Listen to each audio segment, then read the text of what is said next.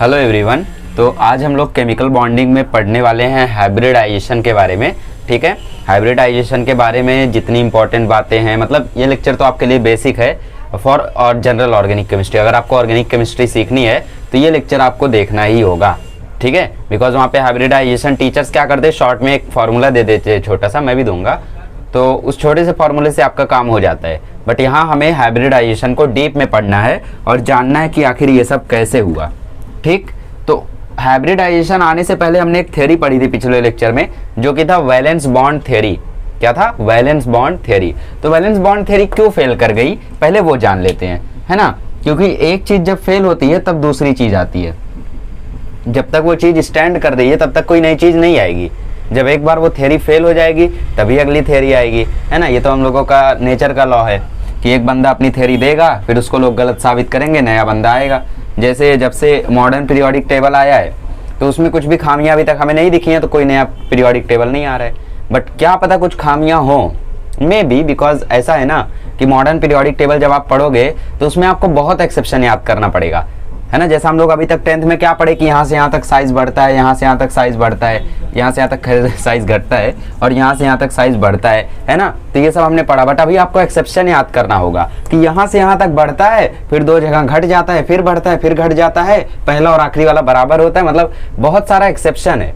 इसका मतलब कुछ तो है जो मिसिंग है, जिसके वजह से इतने सारे एक्सेप्शन आ रहे हैं। हो सकता है आगे चल के कुछ हो तो नई थ्योरी आएगी। तो वैसे ही वैलेंस बॉन्ड थ्योरी ने क्या कहा था, वैलेंस बॉन्ड थ्योरी ने कहा था कि इलेक्ट्रॉन्स के जो ऑर्बिटल्स होते हैं, सॉरी एटम्स के जो ऑर्बिटल्स होते हैं एलिमेंट्स के, उन ऑर्बिटल का मिक्सिंग होता है या फिर उन ऑर्बिटल्स के बीच में बॉन्ड बनता है, ओवरलैपिंग होता है ना। उन ऑर्बिटल्स का क्या होता है, ओवरलैपिंग होता है, जिसके वजह से कोवैलेंट बॉन्ड बनता है। तो जो ड्रॉबैक था वैलेंस बॉन्ड थ्योरी का, उसको समझने के लिए हम लोग एक एग्जांपल लेते हैं, बिल्कुल हल्का सा एग्जांपल लेते हैं हम लोग CH4 का। CH4 का जरा स्ट्रक्चर देख लो, ऐसा होता है। ठीक है, कितने सिग्मा बॉन्ड होते हैं इसमें? 4 सिग्मा बॉन्ड होते हैं। कितने पाई बॉन्ड होते हैं? 2 पाई बॉन्ड होते हैं। गलत, एक भी पाई बॉन्ड नहीं होता इसमें, 0 पाई बॉन्ड। तो अगर हम लोग कार्बन और हाइड्रोजन के बीच में जो बॉन्ड बनता है उसको फिर से वही कहानी शुरू करें, वैलेंस बॉन्ड थ्योरी को। वैलेंस बॉन्ड थ्योरी को कुछ लोग एक्साइटेशन थ्योरी भी बोलते हैं। ठीक है, बिकॉज इसमें इलेक्ट्रॉन को एक्साइट करके हम ऑर्बिटल्स को ओवरलैप कराते हैं, but it is not 100% true. ठीक है, कार्बन का 6 इलेक्ट्रॉन होता है इसके पास, तो इसका इलेक्ट्रॉनिक कन्फिग्रेशन आता है 1s2, 2s2, 2p2।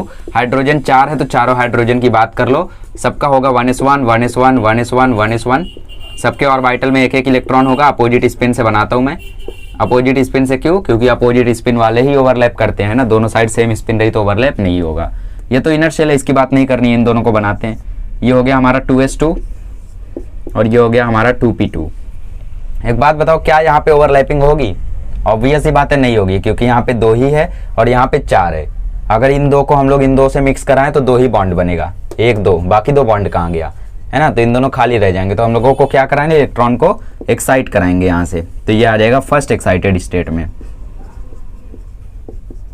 First excited state में आ गया तो ये हो गया इलेक्ट्रॉन। ओके, नहीं रफ करना चाहिए था। ये हो गया 1, ये हो गया 2, ये हो गया 3, ये हो गया 4। तो ये चारों को हम लोगों को इन चारों से मिक्स कराना है ना, मतलब ओवरलैप कराना है। तो ये 2s वाला जब P से मिक्स होगा, मतलब 2s वाला जब S से होगा तो बनाएगा सिग्मा बॉन्ड। ठीक, फिर ये वाला इससे होगा, मतलब S वाला फिर से, जो ये P वाला है, ये कौन सा है? ये PX है, ये PY है, ये PZ है। तो PX वाला मिक्स होगा इससे और फिर से बनाएगा सिग्मा बॉन्ड। PY वाला भी मिक्स होगा S से, है ना, ऐसा। और फिर ये लास्ट वाला भी उसी से मिक्स होगा, तो PZ भी S से मिक्स होगा और हर जगह बनेगा सिग्मा बॉन्ड। तो अगर आप लोग यहाँ पे देखो तो ये S और S के बीच में बॉन्ड बना है, यहाँ पे P और S, P और S और P और S के बीच में बॉन्ड बना है। ठीक है, तो हम लोग यहाँ से देख के क्या कंक्लूड कर सकते हैं, आप मुझे बताओ। ये मैं थोड़ा दोबारा से लिख देता हूँ। ठीक, PS, PS, PS, ये 4 बॉन्ड है। ठीक है, ये PS के बीच में बना है, ये PS के बीच में बना है, ये PS के बीच में बना है और ये S और S के बीच में बना है। चारों सिग्मा बॉन्ड है। तो एक बात मुझे बताओ आप कि क्या चारों बॉन्ड का सब कुछ इक्वल होगा?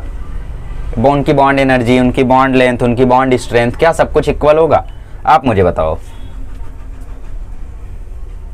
ऑब्वियस सी बात है, नहीं होगा, क्योंकि एक S और S के बीच में बना है वो अलग होगा, एक पी और एस के बीच में बना है, उसका अलग डायरेक्शन, अलग शेप, अलग एनर्जी, अलग बॉन्ड लेंथ, सब कुछ अलग होगा। पी एस सबका अलग अलग होगा, है ना। तो यही तो कहा था वैलेंस बॉन्ड थ्योरी ने कि जो भी बॉन्ड बनता है उनके सारी प्रॉपर्टीज अलग अलग होती हैं, सबकी प्रॉपर्टीज एक जैसी नहीं होती है ना।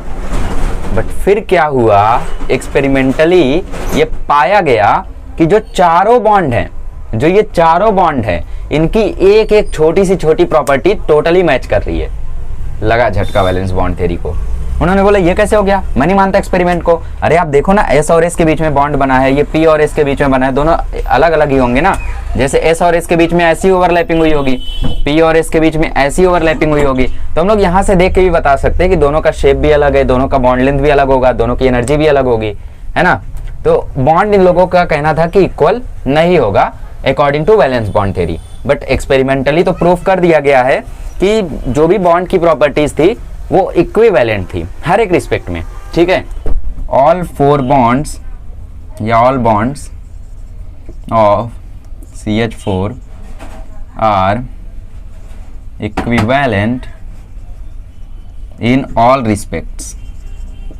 चाहे आप बॉन्ड एनर्जी पूछ लो, चाहे आप बॉन्ड लेंथ पूछ लो, चाहे आप कुछ भी पूछ लो, हर रिस्पेक्ट में उन लोग इक्वल थे। Bond length, bond energy etcetera हर चीज में इक्वल थे। ये कहां से पाया गया, ये एक्सपेरिमेंटली पाया गया, ठीक है।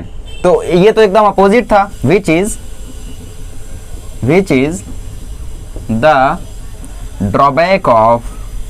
कोई आपसे पूछे ड्रॉबैक क्या था तो ये लिख देना, ठीक है। बाकी एक दो पॉइंट टेक्स्ट बुक में दिए हैं, वो आप जरूर रीड करना। Drawback of the valence bond theory, मतलब एक्सपेरिमेंट जब किया गया तो ये पाया गया कि भैया जो चारों बॉन्ड बन रहे थे CH4 में या किसी और चीज में, PCl5 में, कहीं पर भी, तो हर जगह जो बॉन्ड बन रहे थे उनका जो बॉन्ड एनर्जी था, जो बॉन्ड लेंथ था, वो सेम टू सेम था। अच्छा आप क्या बोलते, आप भी तो देख ही रहे हो ना, S और S के बीच में भैया, तो ये तो अलग होगा। S और P के बीच में है, ये तो मतलब सेम हो ही नहीं सकता, चांस ही नहीं है सेम होने का।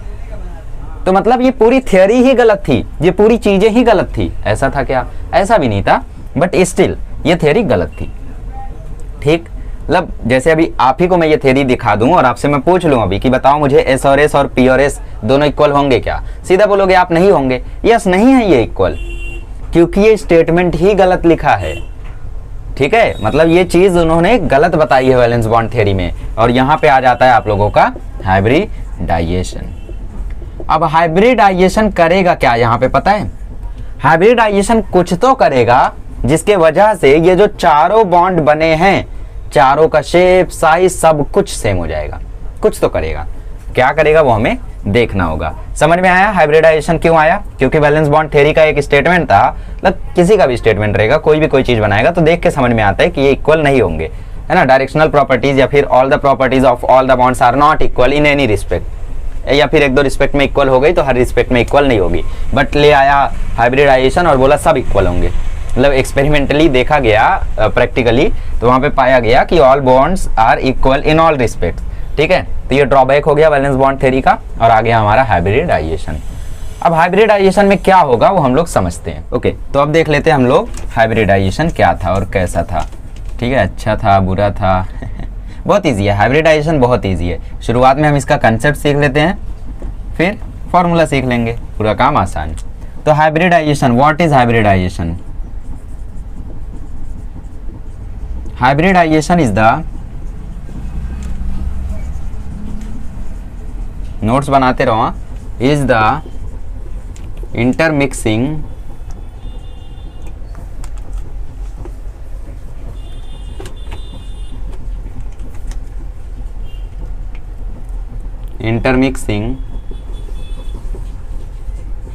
of atomic orbitals of same or nearly same energy level, same energy to give new orbitals of same energy। तो आज तक तो किसी की डेफिनेशन हमें नहीं समझ में आई है, चाहे वो कोई लॉ हो, चाहे वो किसी का डेफिनेशन हो।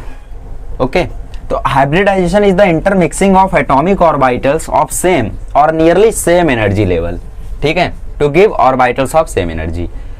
हाइब्रिडाइजेशन आप लोग नॉर्मल वाला जानते हो ना, जैसे पोमैटो आया है, आलू और टमाटर को मिक्स कर दिया, तो पोमैटो बन गया, पोटैटो प्लस टोमेटो, है ना। तो बहुत सारी चीज़ें होती है, जैसे प्यूमा पैंथर आई थिंक था ऐसा कुछ तो था, ठीक है। तो हाइब्रिडाइजेशन में हम लोग क्या करते हैं, एक ऑब्जेक्ट में दूसरे ऑब्जेक्ट को हाइब्रिडाइज कराते हैं, ठीक है। फिर जो ऑब्जेक्ट बनता है उसके अंदर दोनों के कैरेक्टर्स होते हैं, दोनों की अच्छाइयाँ खूबियाँ होती हैं, ठीक है। तो वैसे ही यहाँ पर भी हाइब्रिडाइजेशन होगा। जैसे हम लोग फिर से बात करते हैं CH4 की ही, तो कार्बन का था 6 इलेक्ट्रॉन, इसका इलेक्ट्रॉनिक कन्फिग्रेशन था 1s2 2s2 2p2, ये इनर ऑर्बिट है तो उसकी बात नहीं करेंगे। और ये हो गया, इधर से हमने इसको एक्साइट करा दिया, यहाँ तक कहानी सेम रहेगी। अब यहाँ पे कहानी बदलेगी, यहाँ तक समझा ना। फर्स्ट एक्साइटेड स्टेट था, ये था हम लोगों का S और ये था 3p। अब होगा क्या यहाँ पे कि जो S होगा और जो ये 3p होंगे ये आपस में हाइब्रिडाइज हो जाएंगे। क्या होंगे, ये आपस में हाइब्रिडाइज हो जाएंगे। मतलब जो ये S था वो ये P के साथ हाइब्रिडाइज हो जाएगा, ये S ये P के साथ, ये P के साथ, मतलब इन लोग आपस में हाइब्रिडाइजेशन कर लेंगे, ठीक है। तो इसके लिए आप लोग कोई एग्जांपल ले सकते हो, लाइक, तो इसको आप लोग एग्जांपल से समझ सकते हो। लाइक आपके पास 3 बोल हैं किसी भी ऑब्जेक्ट के, सपोज आप नमकीन खा रहे हो और 3 बोल आपके पास नमकीन है, ठीक है। एक बोल में आपके पास मीठी नमकीन है M, और बाकी सब बोल में तीखी नमकीन है, ठीक है। आपका मन है कि आप आज मिक्स करके खाओगे, तीखे मीठे दोनों का मजा लोगे, ठीक है। खट्टा नहीं आया अभी, खट्टा आएगा अभी, वो कौन होगा, D उसकी भी बातें हम लोग करेंगे। तो मीठी नमकीन में भी क्या, ये नोट्स में मत लिखना, फालतू एग्जाम्पल है, ठीक है, समझना सिर्फ और याद रखना। तो अभी आपका मन है कि हम मिक्स करके खाएंगे, तो आप क्या करोगे, इस मीठी नमकीन को तीनों बोल के तीखी नमकीन से मिक्स करोगे, या फिर आप क्या करोगे, सारे बोल को एक साथ एक पेपर में डाल लोगे, जितने भी नमकीन है सबको एक पेपर पर आप गिरा लोगे, ठीक है। सपोज ये आ गया हमारा टोटल अमाउंट, ये उतना हम लोगों का नमकीन आ गया। अब इसमें मीठा वाला भी है, तीखा वाला भी है, दोनों नमकीन है इसमें। तो आप क्या करोगे, अब आप बोल लोगे और यहाँ से उठा उठा के रख लोगे, ठीक है। तो अब कितनी नमकीन तैयार होगी बताओ, कितने बोल नमकीन बनेगा, अच्छे से समझो। देखो शुरू से, सबसे पहले एक बोल हमारे पास मीठी नमकीन थी, 3 बोल हमारे पास तीखी नमकीन थी। तो हमने क्या किया, चारों बोल पलट लिया एक पेपर में, ठीक है। चारों बोल नमकीन को एक पेपर में पलट लिया। हमारा मन था मिक्स करके खाएंगे, मन था नहीं था फिर भी मन था, ठीक है, हम मिक्स करके खाएंगे। तो आपके पास अब कितने बोल नमकीन बनेंगे, क्या 3 ही बनेंगे, क्या 2 ही बनेंगे, या 4 ही रहेंगे। कुछ लोग सोच रहे हैं 3 रहेगा ना, कम हो जाएगा ना थोड़ा। अरे क्यों कम हो जाएगा, कोई खा थोड़ी ना गया यहाँ पे, आपने जितना बोल उसमें नमकीन गिराया उतना ही दोबारा से लेना है, बस अब की बार मिक्स करके लेना है। अमाउंट तो उतना ही रहेगा, जितना अमाउंट यहाँ रहेगा उतना ही अमाउंट तो आगे भी रहेगा, है कि नहीं। कि यहाँ पे मतलब कोई चोरी से खा गया पीछे से आके, है ना, टुनटुन मौसी लड्डू बना रही थी, पीछे से भीम चुरा ले गया, ऐसा होगा क्या, नहीं होगा। तो जितना अमाउंट यहाँ पे आपने पलटा था उतना ही अमाउंट दोबारा से बाउल में आएगा। बट अब की बार क्या होगा, थोड़ी सी मीठी नमकीन होगी और 3 बोल तीखी नमकीन थी, मतलब तीखी नमकीन ज्यादा होगी। 3 बोल थी तो हम MT3 लिख देते हैं, ठीक है। 4 बोल बनेगा और चारों बोल में ऐसे ही होगा, MT3 समझ में आया। अब इससे हमें ये समझ में आ रहा है कि मीठी नमकीन यहाँ पे कम है, तीखी नमकीन यहाँ पे ज्यादा है। मीठी कितनी है, 25%। कैसे पता चल गया आपको, परसेंट कैसे निकाले, अरे M 1 है, T 3 है, 1 + 3 4। अगर हम M का फ्रैक्शन देखें तो वो आएगा 1/4, 1/4 का परसेंटेज 25%, ठीक। अरे ऐसा समझ लो M कितना, 1/4 है, तो 1/4 25%। तो यहाँ पे एक ही बोल मीठी नमकीन थी और 3 बोल तीखी नमकीन थी, तो आपने उसको पलट लिया और फिर पलट के उसको मिक्स करके दोबारा से आप बोल में डाले। तो जितना अमाउंट पहले आपने पलटा था उतना ही अमाउंट दोबारा से आएगा। कि ऐसा लगा कुछ नमकीन हवा में उड़ गई, कुछ कौवे ले गए, कुछ चिड़िया ले गई, ऐसा कुछ होगा नहीं होगा, है ना। तो आप क्या करोगे, आप जब दोबारा से बोल में कलेक्ट करोगे तो दोबारा से आपके पास 4 ही बोल तैयार होंगे। ऐसा नहीं होगा कि 3 हो जाएगा या 2 हो जाएगा, उतने ही रहेंगे, ठीक है। तो बट डिफरेंस क्या होगा यहाँ पे कि पहले आपके पास एक बोल मीठी नमकीन थी, बट आपने मिक्स कर दिया तो अभी मीठी नमकीन कम हो जाएगी, तीखी नमकीन 3 वाले बोल की मतलब ज्यादा होगी, तो इसको MT3 लिख सकते हैं। सेम चीज यहाँ होती है, यहाँ पे S ऑर्बिटल और P ऑर्बिटल मिक्स होते हैं आपस में, तो जो न्यू ऑर्बिटल्स बनते हैं वो कितने बनेंगे, ये चारों ऑर्बिटल्स आपस में मिक्स होते हैं। ऐसा समझ लो चारों ऑर्बिटल्स एक जगह पे जाते हैं और वहां पे एक दूसरे से इन लोग हाइब्रिडाइज हो जाते हैं, मिक्स हो जाते हैं, ठीक है। तो मिक्स होने के बाद बताओ कितने ऑर्बिटल्स बनेंगे, कितने ऑर्बिटल बनेंगे, एग्जांपल से रिलेट करो। 3 1 4 थे, हाइब्रिडाइज हुए तो 4 ही बनेंगे ना, जैसे 4 बोल नमकीन थी 4 ही बोल बनी, तो यहाँ पे भी 4 ऑर्बिटल्स बनेंगे, बट क्योंकि यहाँ पे एक एस है और 3 पी है तो हर ऑर्बिटल का होगा sp3 sp3 sp3 sp3, इसीलिए CH4 का हाइब्रिडाइजेशन होता है sp3। बोलो मजा आया? जो लोग टॉपिक पढ़ के आए होंगे उनको ज़्यादा मजा आया होगा ना, बिकॉज उनको मतलब रटा दिया गया है कि CH4 का आया तो sp3 लिख देना, क्यों पता नहीं। ठीक है, तो समझ में आया या नहीं? जैसे यहाँ पे 3 बोल तीखी नमकीन थी, 1 ही बोल मीठी नमकीन थी, तो आपने सबको मिक्स कर दिया, बट लास्ट में क्या हुआ, M का कैरेक्टर कम हो गया, T का कैरेक्टर ज़्यादा रहा। वैसे यहाँ पे भी S का कैरेक्टर कम हो गया बट P का कैरेक्टर ज़्यादा रहा। अब ये हो गई हमारी 4 ऑर्बिटल्स रेडी। तो अब मैं ये फालतू एग्जाम्पल मिटाता हूँ, अपनी बुक में मत लिखना, बहुत फालतू एग्जाम्पल है। ठीक है, आगे बढ़ते हैं। तो अब देखो क्या होगा, यहाँ पे हाइड्रोजन बनाते, 4 हाइड्रोजन था, चारों हाइड्रोजन बनाते हैं। ठीक है, हर हाइड्रोजन का एक ही इलेक्ट्रॉन रहेगा, 1s1 1s1 1s1 1s1। तो अब क्या होगा, ये जो sp3 होगा वो हर एक s से कंबाइन होगा और बन जाएगा बॉन्ड। ठीक है, ये जो हर एक s होगा, ये पहला वाला इससे, ये दूसरा वाला इससे, ये तीसरा वाला इससे, ये चौथा वाला इससे।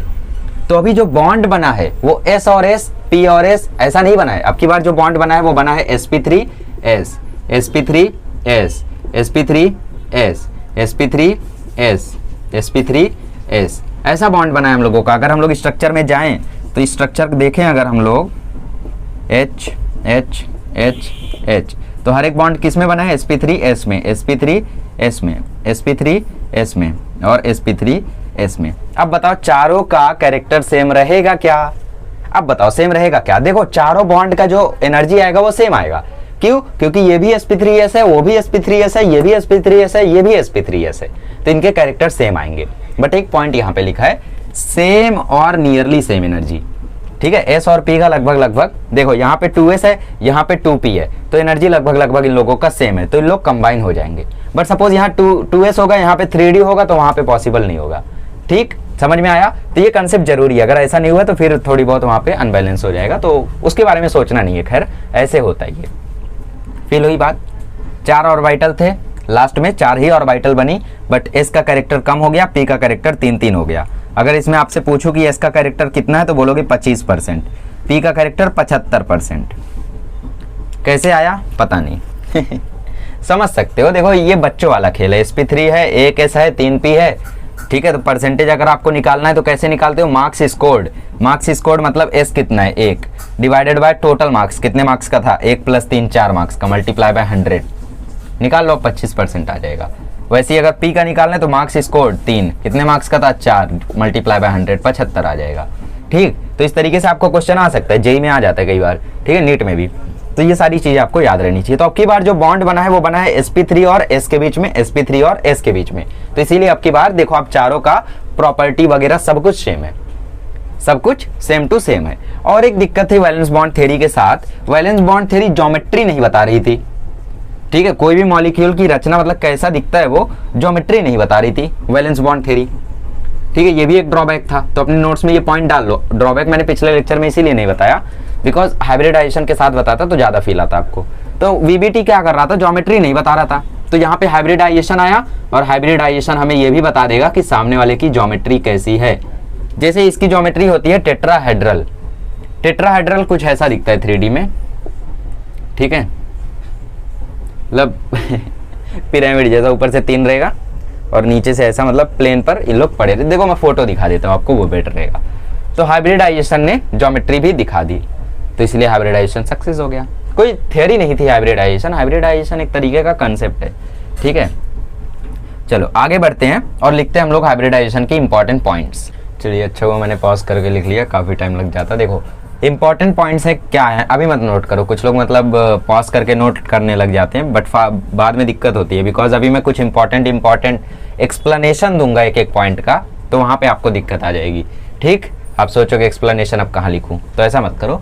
It is the intermixing. ये तो आपने देखा कि ऑर्बिटल्स इंटरमिक्स होते हैं और फिर उसके बाद जो भी ऑर्बिटल बनते हैं वो सेम एनर्जी के रहते हैं जैसा पहला था। Hybridization can be done by half filled orbitals, empty और फुल फिल्ड ऑर्बिटल्स। ये बहुत इंपॉर्टेंट पॉइंट है कि हाइब्रिडाइजेशन सिर्फ हाफ फिल्ड ऑर्बिटल से नहीं हो सकता है। मैक्सिमम केसेस में तो हम उसी में करते हैं, बट ये फुल फिल्ड ऑर्बिटल में भी पॉसिबल है, जब एक लोन पेयर हो, ठीक है, और ऑर्बिटल्स फुल फिल्ड हो, एक लोन पेयर हो, तो वहां पे भी हम लोग हाइब्रिडाइजेशन करा सकते हैं। It is possible. Half filled और एम्प्टी ऑर्बिटल में भी ये पॉसिबल है। ठीक है, अगर ऑर्बिटल एम्प्टी है तो वहां पर भी ये पॉसिबल है। कौन? हाइब्रिडाइजेशन हर जगह हो सकता है। ठीक, जो भी हाइब्रिड ऑर्बिटल बनेंगे वो किसके इक्वल रहेंगे? जितने ऑर्बिटल इंटरमिक्स हो रहे थे। जैसे CH4 में हमने क्या देखा, कार्बन में इसमें हमने क्या देखा कि इसमें 2s2 था 1 और 2p था 3, ये 3 ऑर्बिटल और ये एक मिक्स हो रहा था। तो नंबर ऑफ मिक्सिंग ऑर्बिटल कितने थे? 1 2 3 4। बने कितने? Number of hybrid orbital 4। ठीक, कुछ लोगों को ये बात फील नहीं होती है, बट एग्जाम्पल दिया, हो सकता है फील हुआ हो। 4 कटोरा नमकीन गिराया तो बाद में 5 थोड़ी ना आएगा, 3 थोड़ी ना आएगा, 4 ही आएगा ना। ठीक है, hybridization is only for sigma bond. Sigma bond के लिए ही हाइब्रिडाइजेशन पॉसिबल है। लोन पेयर या फिर पाई बॉन्ड के लिए आप हाइब्रिडाइजेशन नहीं कर सकते। ठीक, hybrid orbitals are named after the parent orbital. मतलब जैसे यहाँ पे एक 1s है और यहाँ पे एक 1p है, सॉरी 2p है। ठीक है, तो इसका नाम, ये दोनों ऑर्बिटल इंटरमिक्स हो रहे हैं, तो जो 2 ऑर्बिटल बनेंगी उनका नाम होगा sp। ठीक, एक s ऑर्बिटल और एक p ऑर्बिटल, ये दोनों इंटरमिक्स हो रही है। नंबर ऑफ इंटरमिक्सिंग ऑर्बिटल, तो जो ऑर्बिटल बनेगी वो कितनी होगी? नंबर ऑफ हाइब्रिड ऑर्बिटल कितना होगा? नंबर ऑफ इंटरमिक्सिंग ऑर्बिटल के इक्वल। तो 2 मिक्स हो रहा था तो जो बनेगा वो भी 2 होगा। तो इनके पेरेंट के नेम पे इनको नाम दिया जाता है। तो जैसे इसका नाम s था, इसका नाम p था, दोनों का मिक्सिंग है वो, तो इसका नाम sp दे दिया गया।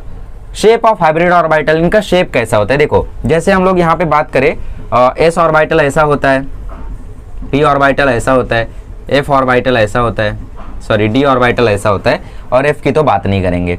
तो सपोज यहाँ पे s और p ऑर्बिटल इंटरमिक्स हो रहे हैं, तो s और p ऑर्बिटल जब इंटरमिक्स होंगे तो ये कुछ ऐसा स्ट्रक्चर बनता है। ठीक है, इनको हम बोलते हैं स्मॉल लोब, जनरली इसको रिप्रेजेंट नहीं किया जाता है। ठीक है, और ये होता है लार्ज लोब।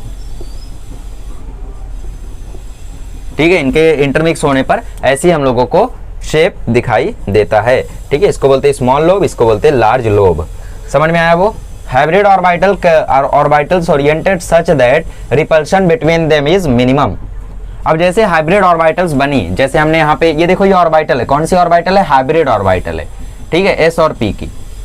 तो सपोज अभी हम लोगों की हाइब्रिड ऑर्बिटल CH4 वाली देखें, तो CH4 वाली हाइब्रिड ऑर्बिटल कुछ ऐसी थी, है ना, s और p के बीच में बन रहा था।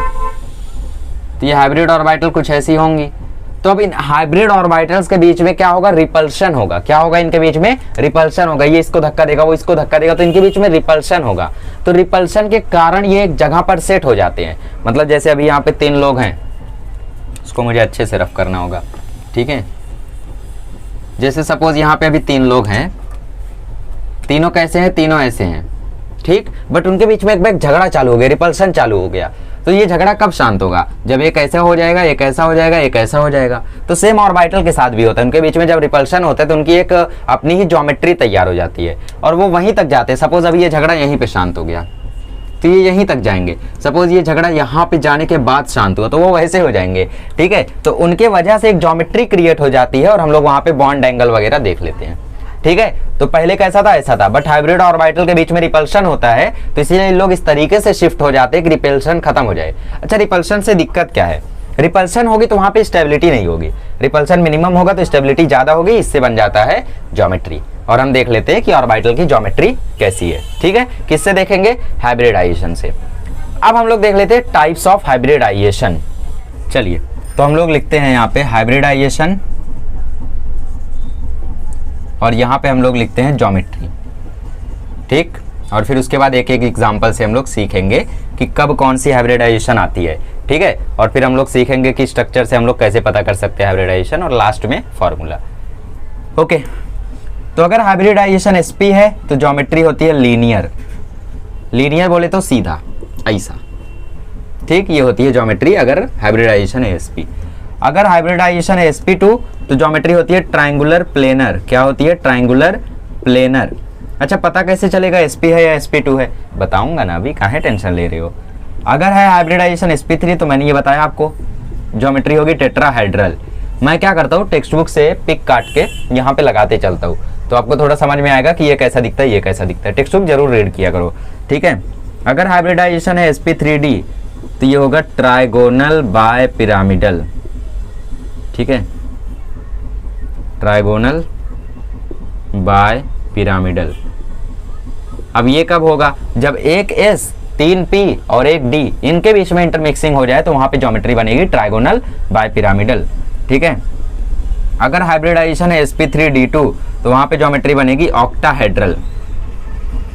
ऑक्टा बोले तो 4, हेड्रल बोले तो पैर, 4 पैर वाली ज्योमेट्री। बगल में आपको पिक दिख रहा होगा, देख सकते हो। ठीक है, अगर ज्योमेट्री होती अगर हाइब्रिडाइजेशन होता है sp3d3 तो ये लास्ट होता है, ये होता है पेंटागोनल बाइपिरामिडल। क्या होता है? Pentagonal bipyramidal. तो फटाफट से रट डालो, एकदम फटाफट से रट लो, एक एक को अच्छे से रट डालो। ठीक है, पेंटागोनल बाइपिरामिडल। sp होगा तो लीनियर, sp2 होगा तो ट्रायंगुलर प्लेनर, sp3 होगा तो टेट्राहेड्रल, sp3d होगा तो ट्राइगोनल बाइपिरामिडल, sp3d2 होगा तो ऑक्टाहेड्रल और sp3d2 होगा तो पेंटागोनल बाइपिरामिडल। रट डालो अच्छे से, एक एक को रट डालो। इससे क्या होगा, आप लोगों को अभी याद हो जाएगा और फिर फटाफट जब मैं हाइब्रिडाइजेशन बताऊंगा आप ज्योमेट्री बता देना, मैं हाइब्रिडाइजेशन बताऊंगा आप ज्योमेट्री बता देना। ठीक है, फटाफट से। तो पहले हम लोग गधा मजदूरी वाला काम करते हैं, मतलब लंबे मेथड से जाएंगे, मस्त एकदम कंसेप्ट को डीप में सीखेंगे, फिर लास्ट में हम लोग स्मार्ट वर्क कर देंगे। फिर आपको स्मार्ट वर्क ही याद रखना है, बट अगर आप थोड़ा हार्ड वर्क समझे रहोगे तो थोड़ा कंसेप्ट में फील आएगा। केमिस्ट्री क्यों लोगों को हार्ड लगता है, क्यों लोगों को लगता है बोरिंग है, मुझे भी लगता था, है ना। But when I started understanding chemistry then I forget कि केमिस्ट्री मुझे कभी बोरिंग लगता था। केमिस्ट्री बोरिंग नहीं है, एक्चुअली लोग इसको बोरिंग बना देते हैं, कुछ टीचर्स की भी गलती होती है। चलो छोड़ो, मैं तो अभी कुछ कमेंट कर नहीं सकता उस पर, as I am already a student. आगे बढ़ते हैं। चलो तो एक बार रिवाइज कर लो। हाइब्रिडाइजेशन sp होगी तो लीनियर, sp2 होगी तो ट्रायंगुलर प्लेनर, sp3 होगी तो टेट्राहेड्रल, sp3d होगी तो ट्राइगोनल बाइपिरामिडल, sp3d2 होगी तो ऑक्टाहेड्रल, sp3d3 होगी तो पेंटागोनल बाइपिरामिडल। ठीक है, इनको अच्छे से आप लोग याद कर लो। अब आगे बढ़ते, लेते हैं एक एग्जाम्पल। जैसे हम लोग ले लिए BeF2 का एग्जाम्पल। ठीक है, अब अगर इसको हम लोग बनाएं तो बेरिलियम का एटॉमिक नंबर क्या होता है?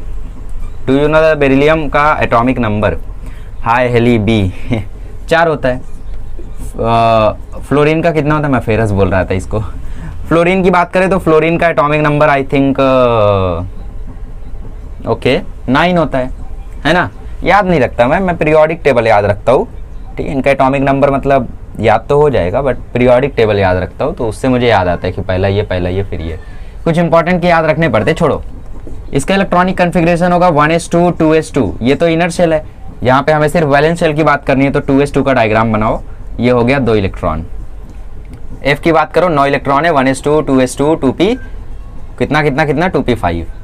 तो 2s को बना लो, मर्जी है तो 2, और 5 वाले को भी बना लो, 1 2 1 2 1 2 5 हो गया।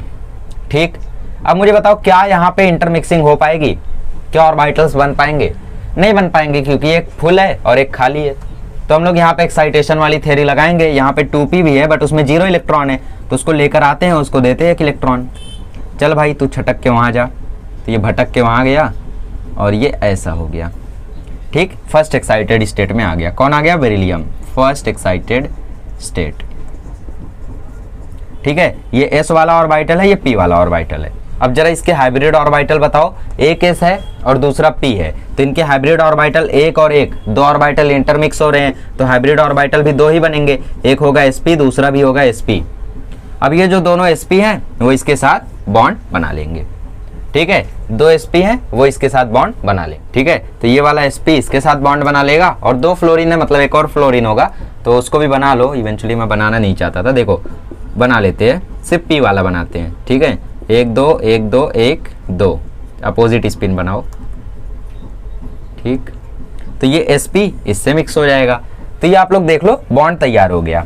बट हाइब्रिडाइजेशन क्या है? हाइब्रिडाइजेशन है sp। कैसे पता चला? s और p ऑर्बिटल मिक्स हुए, 2 ऑर्बिटल जो दोनों मिक्स हो रहे थे वो थे sp, तो हमारा हाइब्रिडाइजेशन हुआ sp। और अगर sp हाइब्रिडाइजेशन होता है तो ज्योमेट्री होती है लीनियर।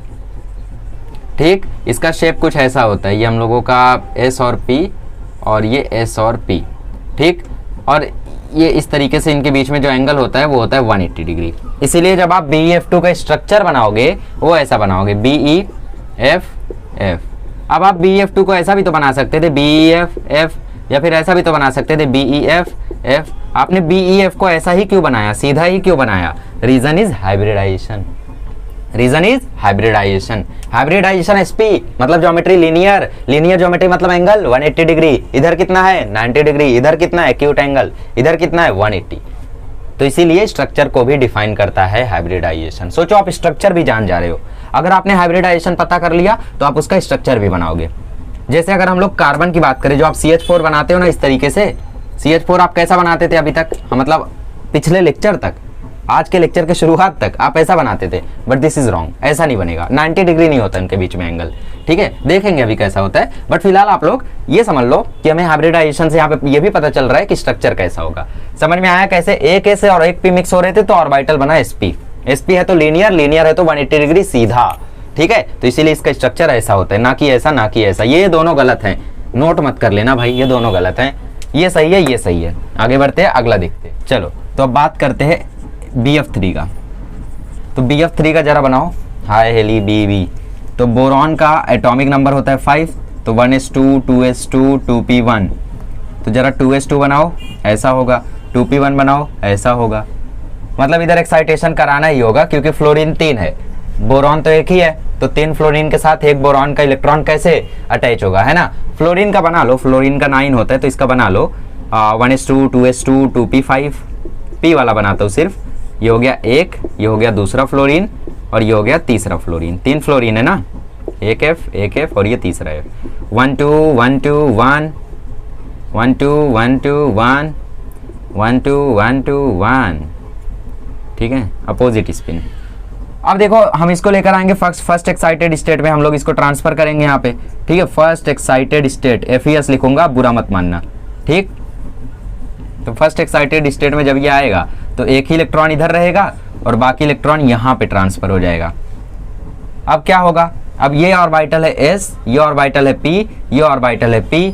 अब यहाँ पे हो जाएगा हाइब्रिडाइजेशन। अगर वैलेंस बॉन्ड थ्योरी आप पढ़ रहे होते तो डायरेक्टली आप सबसे कनेक्ट करा देते, ये बन गया sp, ये बन गया sp, बन गया sigma bond. No, you are studying hybridization, तो यहाँ पे आपको ऑर्बिटल्स को पहले हाइब्रिडाइज कराना होगा। तो 3 ऑर्बिटल हाइब्रिडाइज हो रहे हैं, कितने ऑर्बिटल बनेंगे, 3 हो रहे हैं तो 3 ही बनेंगे।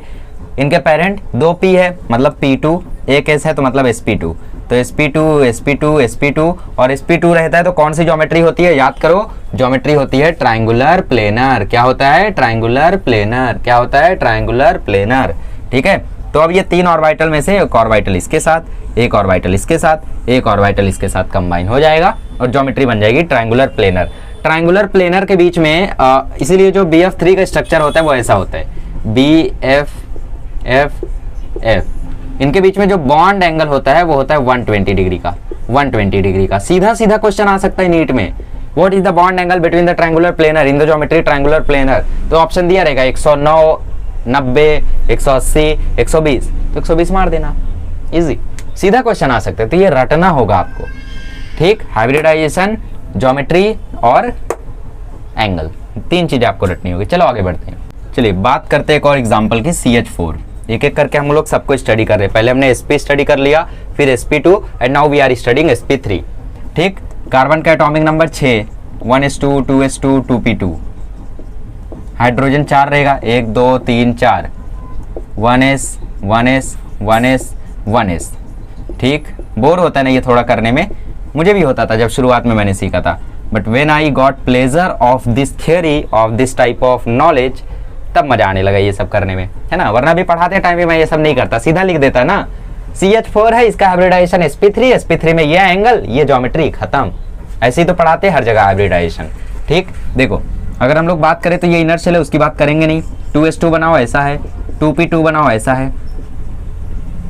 बट एक बात बताओ, क्या ये हाइब्रिडाइज होंगे, मतलब क्या इनके बीच में बॉन्ड बनेगा?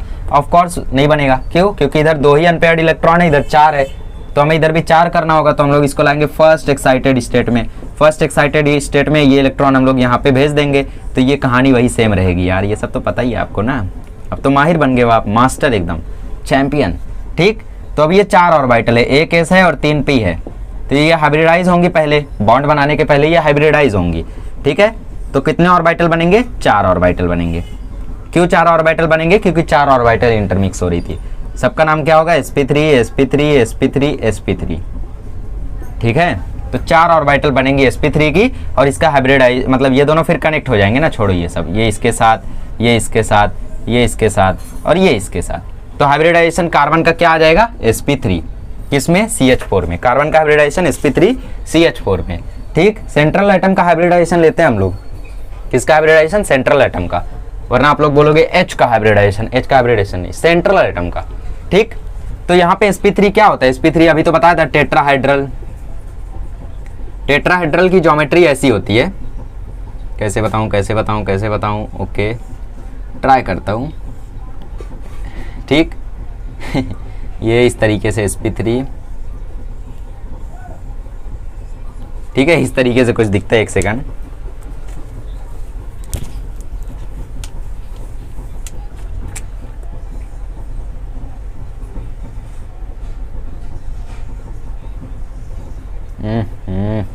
गड़बड़ी पे गड़बड़ी। चलो मैं लोब नहीं बनाता हूँ, आपको सीधा बना के दिखाता हूँ। ठीक है, इनके बीच में एंगल होता है 109 degree 28 minute. 109 degree 28 minute angle याद करना, यही सब तो पूछेगा जो हार्ड है। तो आज से याद रख लो, जो CH4 आप ऐसा बनाते थे वो ऐसा नहीं होता है। वो कैसा होता है? वो ऐसा होता है, CH ये है सही स्ट्रक्चर CH4 का। ये स्ट्रक्चर सही नहीं था, इसमें एंगल कितना था? 90 डिग्री। इधर कितना? 109 डिग्री 28 मिनट, याद रख लो। चलो आगे बढ़ते हैं। चलिए नेक्स्ट एग्जांपल लेते हैं, PCl5। कहानी धीरे धीरे आगे बढ़ रही है। पहले हमने sp देखा, फिर sp2 देखा, फिर sp3 देखा, आप देखेंगे sp3d। ठीक, फिर अभी क्वेश्चंस भी दूंगा, टेंशन मत लो। PCl5 फास्फोरस का हाइब्रिडाइजेशन निकालना है क्योंकि वो सेंट्रल एटम है। ठीक है, क्लोरीन का 17 इलेक्ट्रॉन होता है, तो electronic configuration 1s2 2s2 2p6 3s2 2 2 4 6 10 2 12 और 3p5। ठीक, p का सिर्फ बना लो, तो 1 2 1 2 1, ऐसे ही 5 क्लोरीन होंगे। ठीक है, 5 क्लोरीन होंगे। फिलहाल मैं सबको नहीं बना रहा हूँ। फास्फोरस का इलेक्ट्रॉनिक कन्फिग्रेशन होता है 1s2 2s2 2p6 3s2 3p 2 2 4 6 10 2 12 3p3। ठीक है, तो अगर हम लोग इसकी बात करें तो 3s2 ऐसा होगा 1 2 और p ऐसा होगा, 3 इलेक्ट्रॉन है तो एक ही एक सब में फिल होगा। एक ही एक क्यों हो रहा है? 2 क्यों नहीं डाल दे रहे हो? इसका मतलब आपने स्ट्रक्चर ऑफ एटम नहीं रिवाइज किया है। ठीक है, अब यहाँ पे 3 अनपेयर्ड इलेक्ट्रॉन है और उधर 5 क्लोरीन के 5 अनपेयर्ड इलेक्ट्रॉन है, तो पॉसिबल नहीं है। हमें यहाँ पे एक्साइटेशन कराना होगा। इधर कौन है? इधर है 3d 0, तो 3d को हम लोग पिक्चर में लेकर आएंगे और बोलेंगे भैया एक इलेक्ट्रॉन ले लो। चलो भाई ले लिया, मान ली तुम्हारी, ले लिया एक इलेक्ट्रॉन। तो अब इनका हाइब्रिडाइजेशन जब होगा, तो यहाँ पे आप लोग जरा ध्यान से देखो, एक s है, 3 p है और एक d है। कितने ऑर्बिटल हाइब्रिडाइज हो रहे? 1 3 4 1 5। तो हाइब्रिडाइजेशन के बाद कितने ऑर्बिटल बनेंगे?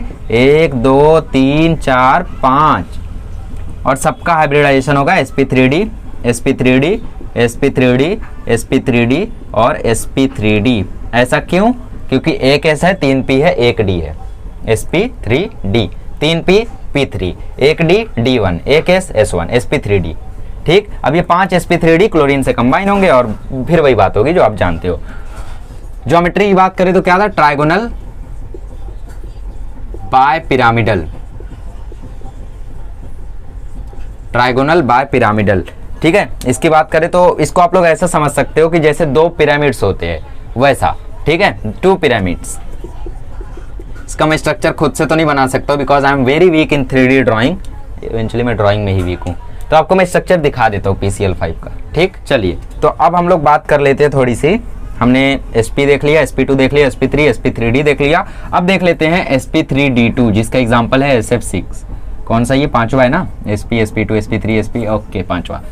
सल्फर की बात करें तो इसका एटॉमिक नंबर होता है 15 होता है, 16 होता है भाई। Electronic configuration 1s2 2s2 2p6 3s2 3p 2 2 4 6 10 2 12 4 16। Okay, p की बात करो, p में है 4 इलेक्ट्रॉन, s में है 2 इलेक्ट्रॉन और इधर एक 3d खाली बैठा है, रो रहा है। ठीक है, तो उसको हम लोग लेकर ही आएंगे बिकॉज अभी हमें इलेक्ट्रॉन एक्साइट कराना ही होगा क्योंकि इधर 6 फ्लोरीन है और अनपेयर्ड इलेक्ट्रॉन सिर्फ 2, तो मतलब एक्साइटेशन कराना होगा। तो पहले इसका एक्साइटेशन कराते हैं इसमें, तो ये आ जाएगा फर्स्ट एक्साइटेड स्टेट में, तो यहाँ होगा 2 इलेक्ट्रॉन, इसमें बचेगा 3 1 1 1 और इसमें भी आ जाएगा 1 अनपेयर्ड इलेक्ट्रॉन। ऐसा अभी भी काम नहीं हुआ, अभी भी 4 ही अनपेयर्ड इलेक्ट्रॉन है, तो फिर से हम कराएंगे इसका एक्साइटेशन और इसमें भेजेंगे। ठीक, तो ये आ जाएगा second excited state, SES second excited state. तो 1 4 5। ठीक, ये हो गए ऑर्बिटल्स। कितने हैं? 5। 5 है, 6 है ना, 6। तो जब ये हाइब्रिडाइज होंगे तो कितने बनेंगे? 6 हाइब्रिडाइज हो रहे हैं तो ऑब्वियस सी बात है 6 बनेंगे। 5 6। एक S है, 3 P है, 2 D है, तो इसका हाइब्रिडाइजेशन होगा sp3d2। बाकी फ्लोरीन 6 रहेगा, उसके साथ कॉम्बिनेशन हो जाएगा, वो सब आप जानते हो। ठीक है, इसकी ज्योमेट्री होती है ऑक्टाहेड्रल। इसका डायग्राम मैं आपको दिखा देता हूँ, इस तरीके से इसका डायग्राम होता है। ठीक है, इसकी ज्योमेट्री होती है ऑक्टाहेड्रल। और एक और देख लो अभी, sp3d3। ठीक है, पहले डायग्राम वगैरह देख लो अच्छे से, समझ लो उसको एकदम अच्छे से।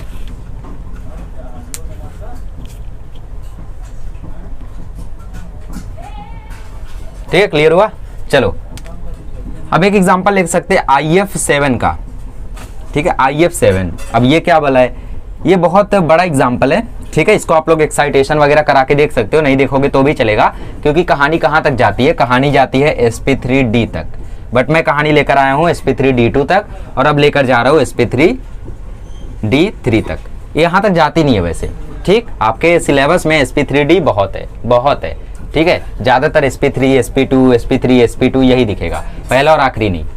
तो ये एक एलिमेंट है, सॉरी ये एक कंपाउंड है, जहाँ पे आप लोगों को sp3d3 हाइब्रिडाइजेशन दिखेगी। और इसकी ज्योमेट्री मैंने आपको बता दी, पेंटागोनल बाय पिरामिडल।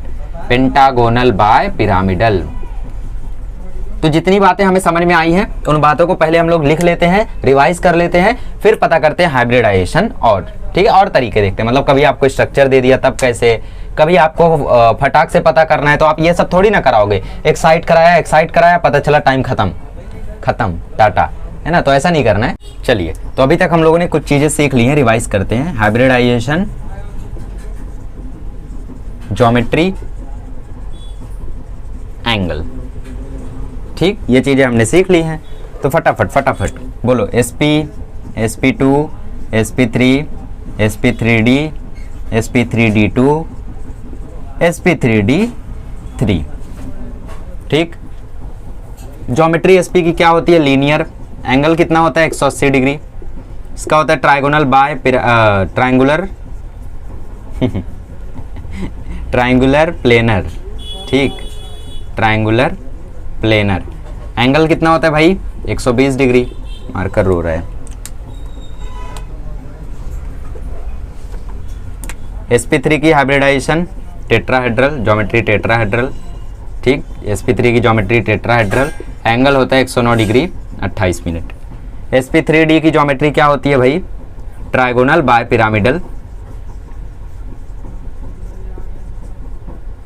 और इन सब का एंगल हम लोग नहीं लिखेंगे, रीजन ये है, देखो ट्राइगोनल बाय पिरामिडल में क्या होगा, कितने होंगे इसमें? 5 ऑर्बिटल होंगे। तो इसमें से 5 में से जो 2 एटम होंगे वो 90 डिग्री पे आगे पीछे कनेक्टेड होंगे, और बाकी 3 120 डिग्री पे। मतलब ये कुछ ऐसा हो गया, जैसे ये ट्रायंगुलर प्लेनर है ना, वैसा रहेगा ये 3, और बाकी जो 2 रहेंगे वो प्लेन के आगे प्लेन के पीछे होंगे। मतलब जैसे मैं हूं अभी। ठीक, मुझे ध्यान से देखो, एक मेरे आगे बॉन्ड रहेगा, एक मेरे पीछे बॉन्ड रहेगा, और 3 ऐसे रहेंगे 120 डिग्री पे, एक ऊपर, एक इधर, एक इधर, 120 डिग्री पे। ठीक, एक आगे एक पीछे 90 डिग्री पे, बाकी तीनों 120 डिग्री पे। तो वैसा होता है ट्राइगोनल बाय पिरामिडल। तो इसकी ज्योमेट्री हमें नहीं देखनी है। बाकी आ गया ऑक्टाहेड्रल। इसमें सारे एंगल्स 90 डिग्री के होते हैं जो भी बॉन्ड बनाते हैं। ठीक है, आगे पीछे ऊपर नीचे हर जगह पे ऑक्टाहेड्रल में 90 डिग्री एंगल होता है। फिलहाल इसको मत लिखो, इतना लिखो। ठीक है, sp3d3 की बात करें तो यह पेंटागोनल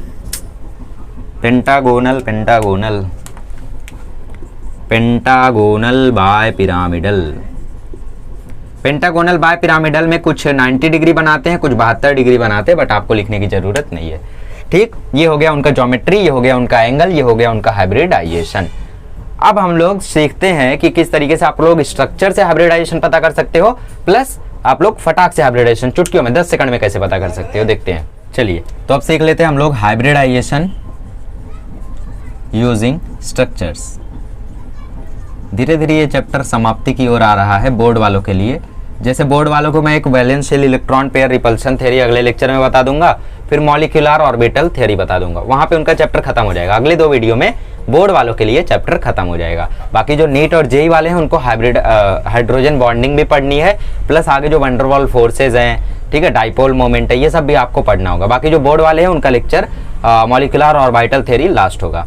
ठीक, चलो हाइब्रिडाइजेशन स्ट्रक्चर को देख के कैसे हम लोग पता करेंगे, इसके लिए आपको कैलकुलेट करना होगा जेड। जेड बोले तो अरे मैं जैद, ठीक है, ऐसा नहीं है जेड मतलब कुछ भी एक नंबर है जो बना दिया गया है शॉर्टकट के लिए। ये होता है number of sigma bond plus plus number of lone pair, ठीक है। ये हो गई जेड की वैल्यू, क्या हो गया, number of sigma bond plus number of number of क्या आएगा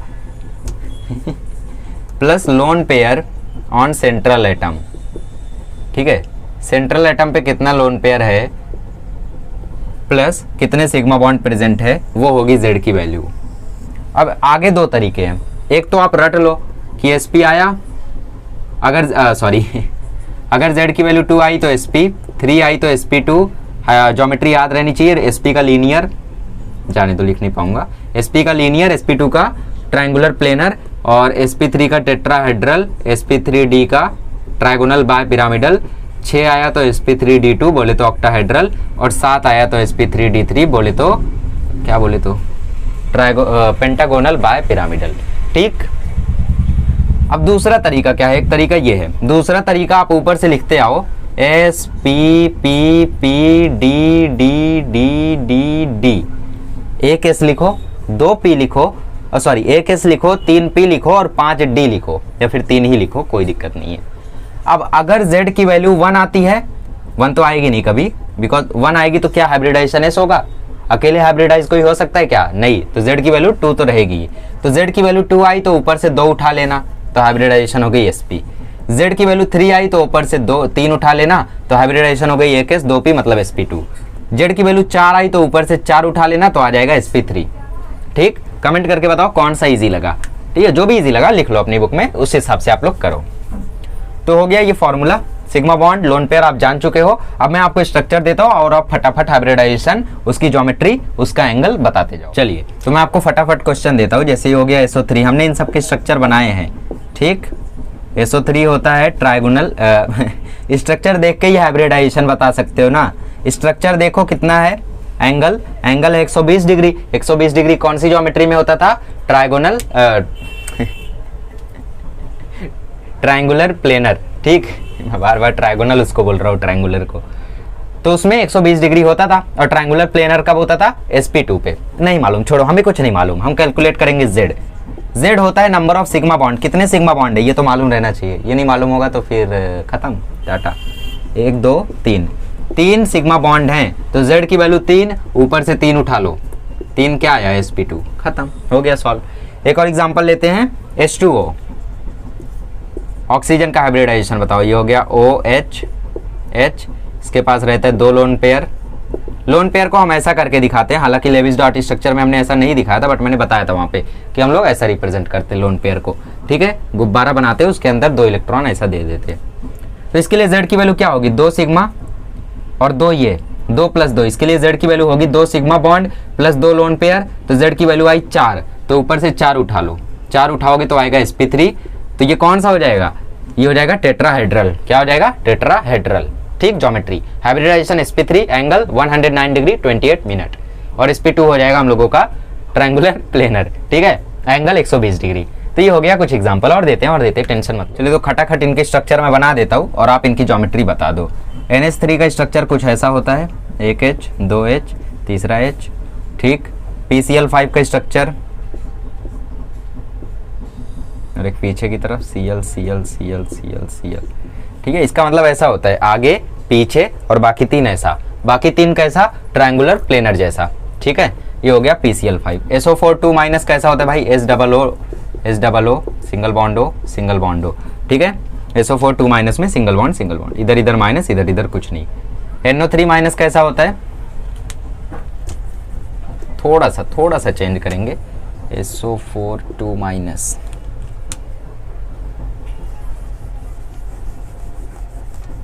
ठीक। NO3-1 कैसा होता है, N डबल बॉन्ड O, और इसमें माइनस चार्ज आता है 2 ऑक्सीजन पे और एक पॉजिटिव चार्ज आता है नाइट्रोजन पे, आप जानते हो शायद, ठीक। Minus plus. अब बताओ इनका हाइब्रिडाइजेशन क्या होगा। z की वैल्यू कैलकुलेट करते हैं, 1s 3p और 3d, इससे ज़्यादा आगे जाओगे नहीं। z की value, number of sigma bond, कितने सिग्मा बॉन्ड है भाई, 3, बस, और कुछ है क्या, और क्या पूछा, लोन पेयर, लोन पेयर है नहीं है तो मतलब ऊपर से 3 उठा लो, तो इसकी हाइब्रिडाइजेशन आ गई sp2। PCl5 कितने सिग्मा बॉन्ड है, 5, तो ऊपर से 5 उठा लो, 5 उठाओगे तो आएगा sp3d, है ना, sp3d। अब सिग्मा बॉन्ड देखो ना, कितने सिग्मा बॉन्ड है भाई, सिग्मा बॉन्ड मतलब सिंगल बॉन्ड, दैट्स इट। इधर देखो 1 2 3 4, 4 सिग्मा बॉन्ड है और कुछ नहीं है, तो मतलब SO4 2- में जो सल्फर की हाइब्रिडाइजेशन होगी, हाइब्रिडाइजेशन किसका पता करते हैं हम, सेंट्रल एटम का, ठीक, तो सल्फर का हाइब्रिडाइजेशन इसमें हो जाएगा 4 बोले तो sp3, ठीक। बात करते हैं इसकी, यहाँ पे देख लो 3 सिग्मा बॉन्ड है, लोन पेयर है क्या, लोन पेयर रहता है इसमें, नहीं रहता है, तो 3 सिग्मा बॉन्ड, तो यहाँ से उठा लो sp2 हो गया, दैट्स इट। तो मैं आपको एक क्वेश्चन देता हूँ, आप लोग खुद से बताना क्या क्वेश्चन दूँ आपको। मैं लेविस डॉट स्ट्रक्चर से कोई क्वेश्चन देता हूँ, ठीक, just wait a moment.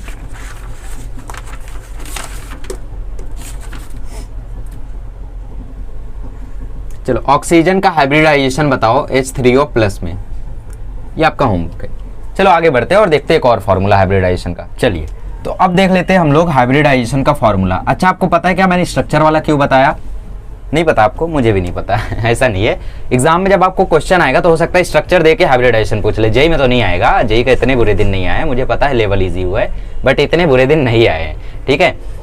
NEET में हो सकता है आपको क्वेश्चन दे दे, उनके बुरे दिन भी नहीं आए हैं, बट उनका मतलब हमेशा से ऐसा ही लेवल है, सो आ सकता है। तो वहाँ पे आपको क्वेश्चन दे देगा, तो उस समय आप स्ट्रक्चर से उसका मॉलिक्यूलर फार्मूला निकालने में टाइम लगा दोगे, तो उससे अच्छा मॉलिक्यूलर फार्मूला निकालने से अच्छा आप सीधा स्ट्रक्चर देखो, sigma bond lone pair count करो, दे दो हाइब्रिडाइजेशन खत्म। और जैसे ही आप एक्सपीरियंस बन जाओगे, ठीक है, मतलब मैं भी एक्सपीरियंस नहीं हूँ, प्रैक्टिस से बनते हैं, 100 नहीं 10-20 बार आप प्रैक्टिस कर लोगे कई सारे एलिमेंट्स की, तो आप देख के बता दोगे इसकी हाइब्रिडाइजेशन कैसी है। पता है कैसे बता दोगे, पता है, स्ट्रक्चर से, स्ट्रक्चर देखोगे ऐसा 3 लाइन है, ले जवाब क्या, ट्रायंगुलर प्लेनर, ठीक है। फिर देखोगे 2 लाइन है, लीनियर sp, है ना, तो ऐसा आप लोग बता ले जाओगे, एक्सपीरियंस से आएगा आपको, don't worry.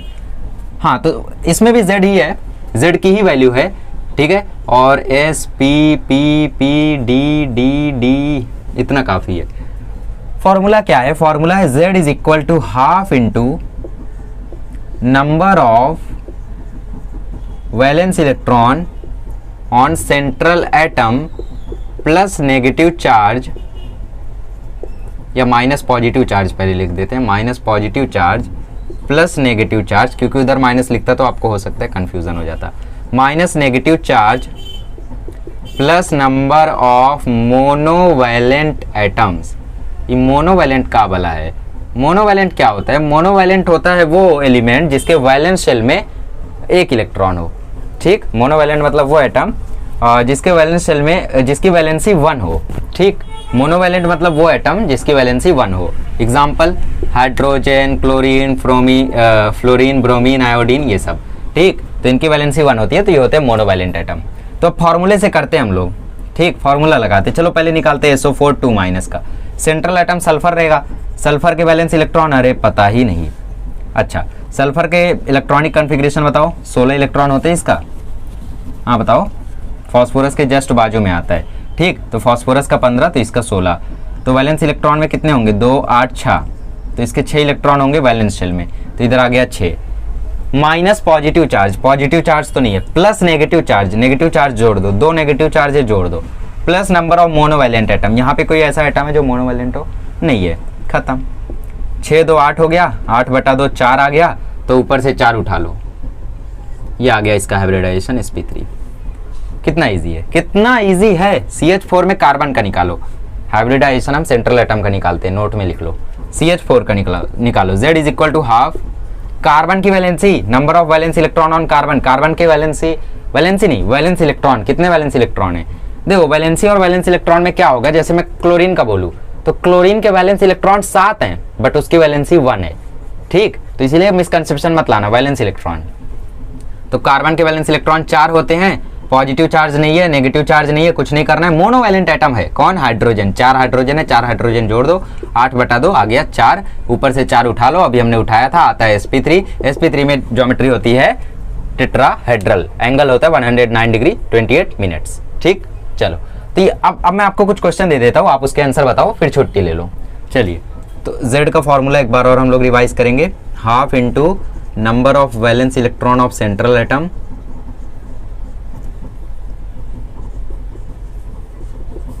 Plus negative charge या फिर माइनस पॉजिटिव चार्ज, अरे जो भी लिख दो, plus negative charge minus positive charge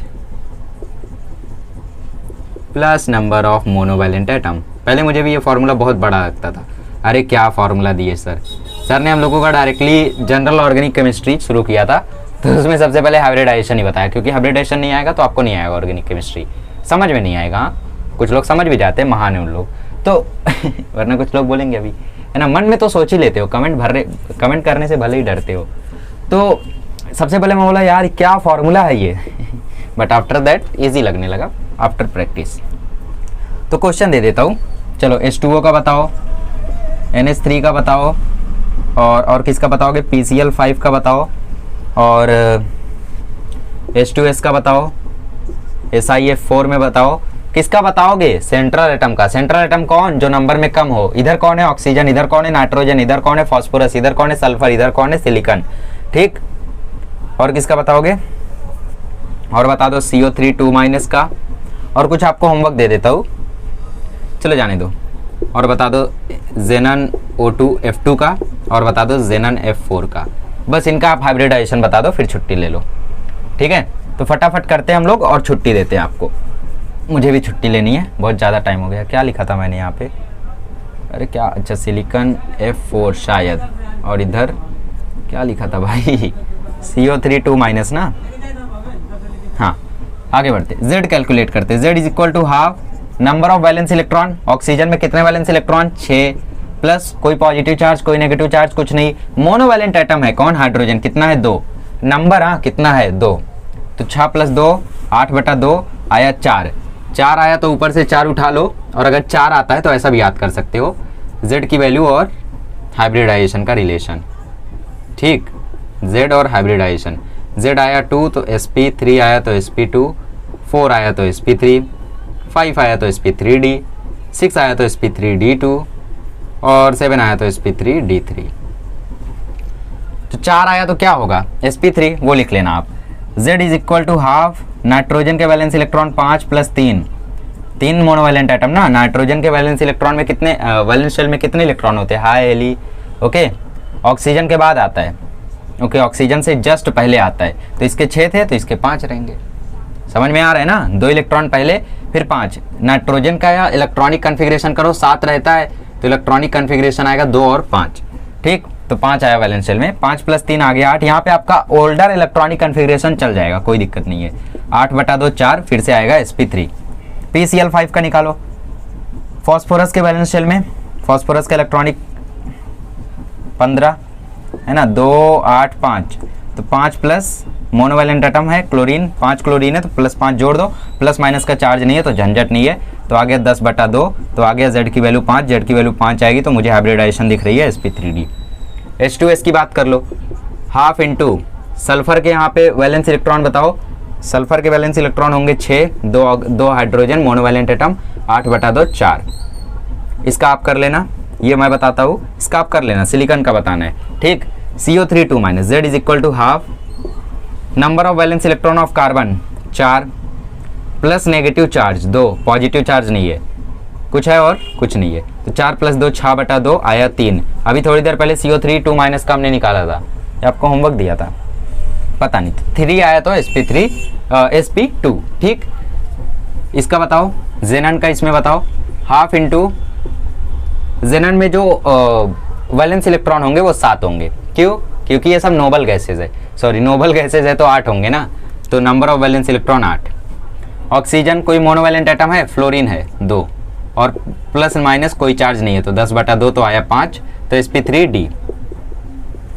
और एक एग्जांपल मैंने दिया था Xenon F4, ये आपका होमवर्क है, तो ये 2 आपका होमवर्क है, इनको अच्छे से कर लेना। यहाँ पे हमारा हाइब्रिडाइजेशन का पार्ट खत्म होता है, इससे ज़्यादा आपको हाइब्रिडाइजेशन में कुछ भी नहीं मिलेगा, ठीक। सारी बातें सारी चीज़ें हाइब्रिडाइजेशन में जो पॉसिबल था, जो पॉसिबल नहीं था मतलब सारी चीज़ें कवर कर दी गई हैं। अगर आप कहीं जाओगे तो आपको ये सीधा फॉर्मूला बताया जाएगा और शुरू किया जाएगा, इट्स नॉट गुड, ठीक।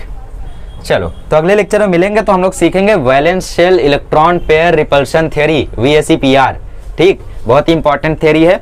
और इसके बाद सीखेंगे मॉलिक्यूलर और वाइटल थ्योरी, जो कि बोर्ड वालों के लिए लास्ट होगी, बाकी जेई नीट वालों को घसीटेंगे आगे, ठीक है।